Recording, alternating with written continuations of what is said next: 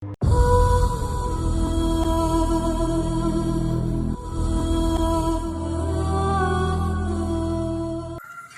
awali pelan-pelan untuk membuka dua kitab ini. Kalau tentang biografi, informasi tentang beliau tadi sudah saya sebut kitabnya. Saya ingin memulai dari sedikit bagian kitab Hidayatus Salikin tentang statusnya ilmu tasawuf. Bagi Syekh Abdus Somad, ilmu tasawuf ini tergolong ilmu yang fardu ain. Kata beliau, segala ilmu yang dituntut akan dia fardu ain itu 3 perkara. Pertama, ilmu tauhid dinamakan akan dia ilmu usuluddin. Kedua, ilmu syara' yang dinamakan akan dia ilmu fikih. Ketiga, ilmu batin yang dinamakan akan dia ilmu tasawuf. Ini bahasanya bahasa Melayu ya teman-teman. Adapun kadar fardu ain pada ilmu batin atau ilmu tasawuf, maka yaitu mengetahui segala hal yang akan menyelamatkan agar amal-amal yang ia kerjakan tidak menjadi rusak. Seperti mengetahui sesuatu yang dapat membatalkan pahala sholatnya, pahala puasanya, dan sebagainya. Jadi maksudnya Syekh Abdus Somad, setiap muslim ingat-ingatlah ada 3 ilmu yang fardu ain. Fardu ain berarti setiap muslim harus tahu ini.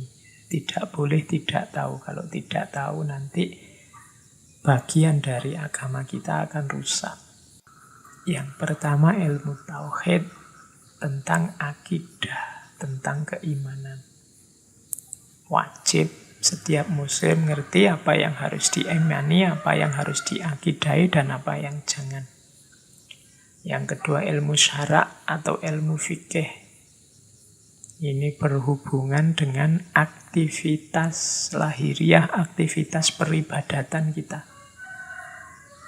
Ya kita harus tahu gimana caranya sholat, bagaimana aturannya zakat, aturannya puasa, aturannya kurban, dan lain-lain. Ini namanya ilmu syara'. Wajib juga tahu. Muslim kok tidak ngerti sholat, ya jangan tenang-tenang saja, harus belajar. Kok tidak ngerti caranya puasa, ya jangan diam saja, belajar. Karena ini fardu ain, tidak boleh bergantung pada yang lain. Yang bergantung pada yang lain nanti namanya fardu kifayah.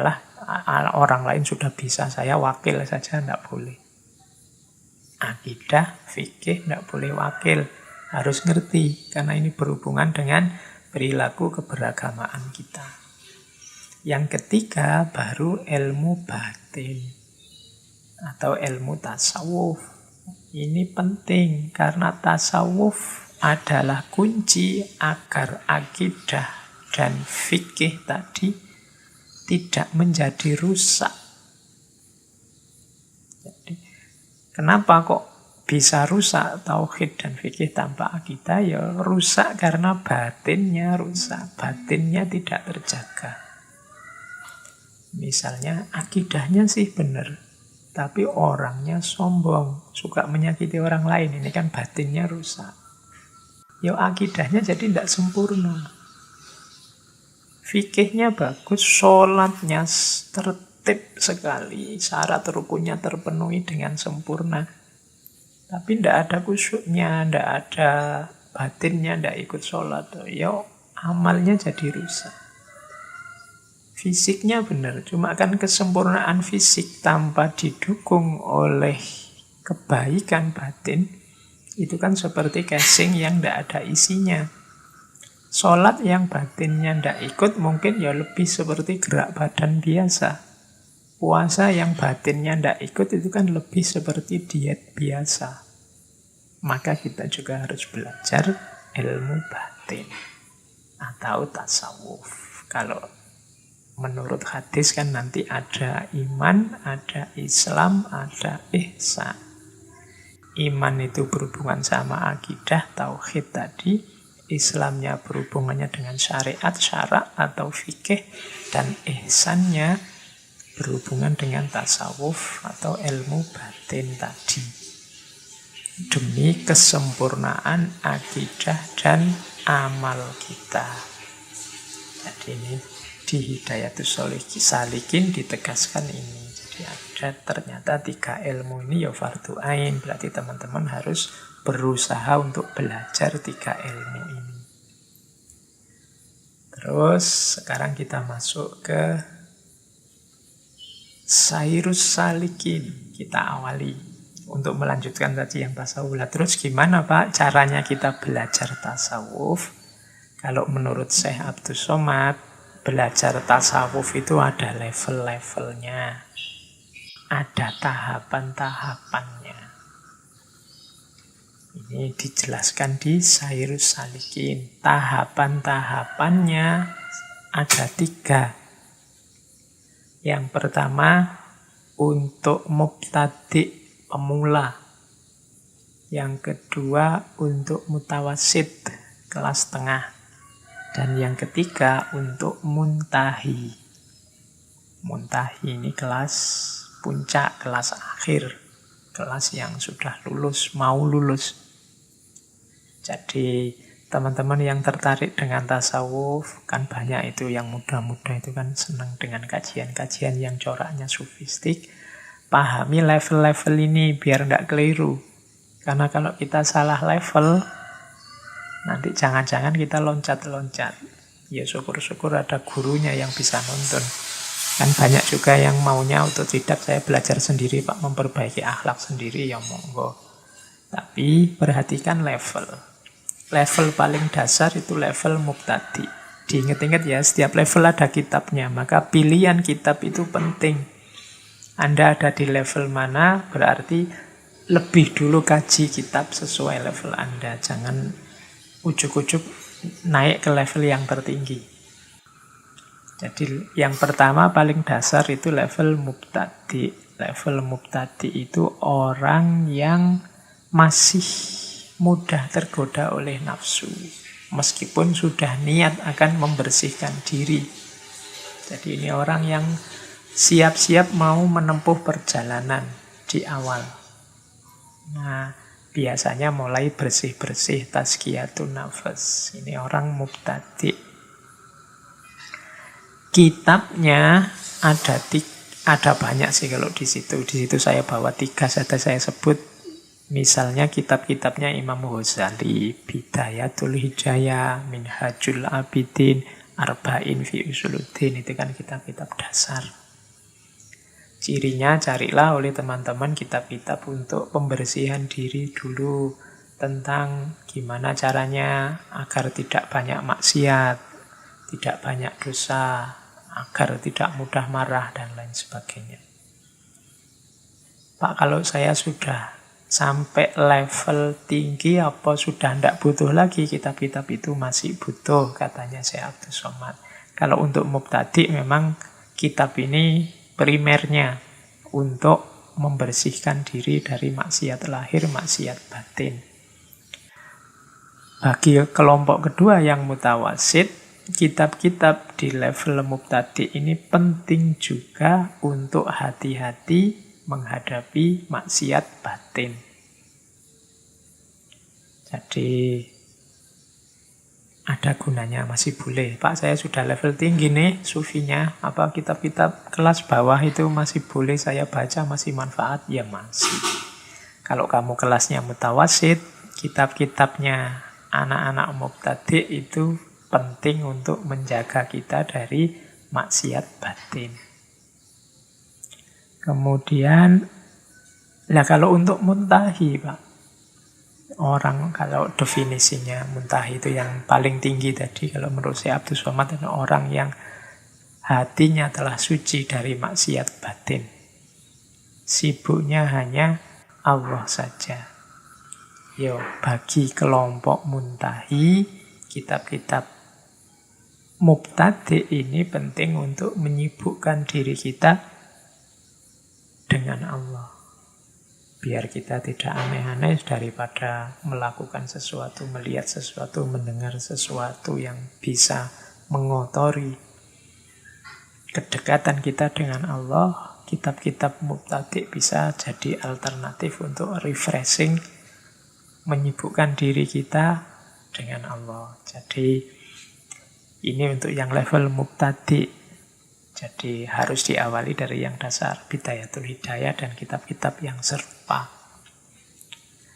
Baru kalau sudah mubtadi'nya beres, naik ke level kedua, kitab-kitab mutawassit. Kitab-kitab mutawassit ini kitab kelompok yang sudah sedikit naik kelas. Mutawassit ini orang yang ada di pertengahan jalan suluk.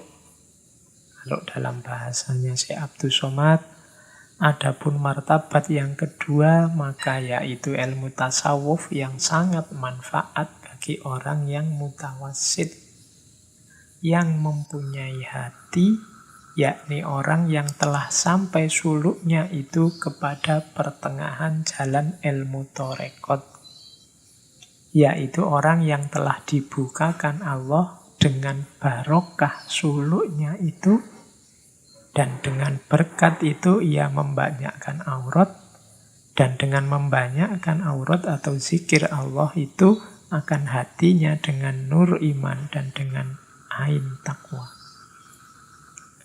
Jadi orang-orang yang mutawassit ini sudah melakukan suluk, sekarang ada di tengah perjalanan. Di antara cirinya sibuk dengan zikir kepada Allah. Karena kesibukannya dengan zikir, maka dia dipenuhi oleh nur iman, cahaya keimanan, dan ain takwa, dan ketakwaan. Ini berarti sudah jalan, sekarang sedang menjalani thariqat, ada di pertengahan.